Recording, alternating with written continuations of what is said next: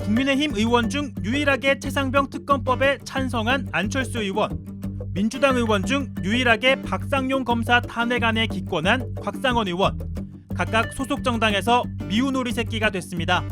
정말 곧다운 나이에 자기 목숨을 바친 최상병에 대해서는 진상을 밝히고 거기에 대해서 합당한 예우를 하는 것이 국가의 존재 의무입니다.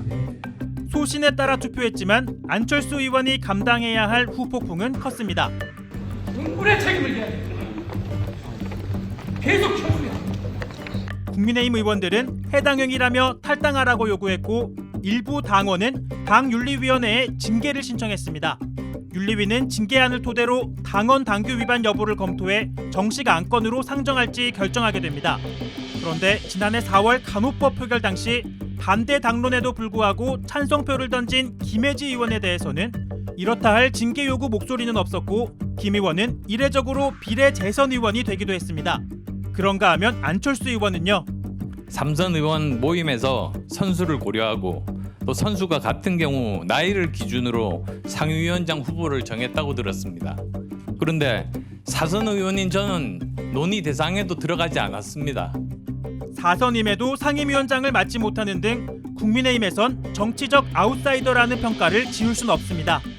노무현 전 대통령 사위 곽상원 민주당 의원은 민주당이 추진하는 검사 탄핵안 중 박상용 검사에 대해서는 기권을 택했습니다. 민주당은 박 검사가 야권 인사에 대해 과도하고 위법한 수사를 했다는 의혹과 함께 공무원의 명예를 실추시켰다고 주장했습니다. 더욱 놀라운 것은 다음날 아침 검찰청 공안부 민원인 대기실 바닥에 설사 형태의 똥이 대량 발견되었고 남성 화장실 세면대 및 벽면에도 똥이 대량 발라져 있었다고 합니다.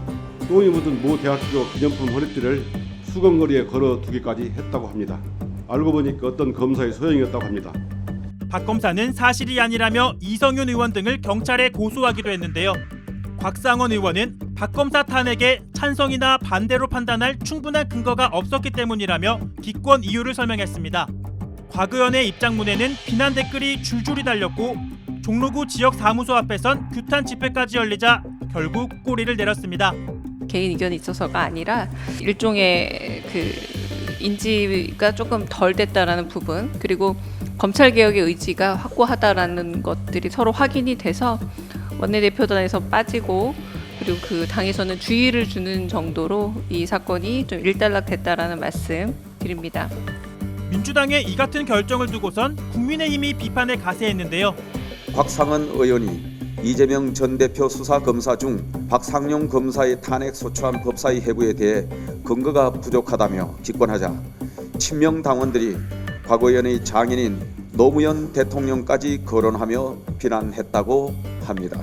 지금 민주당을 보면은 김대중 노무현 대통령이 살아 돌아온다 하더라도 친명 당원들의 등살에 못 이겨 쫓겨나지 않을까 생각됩니다.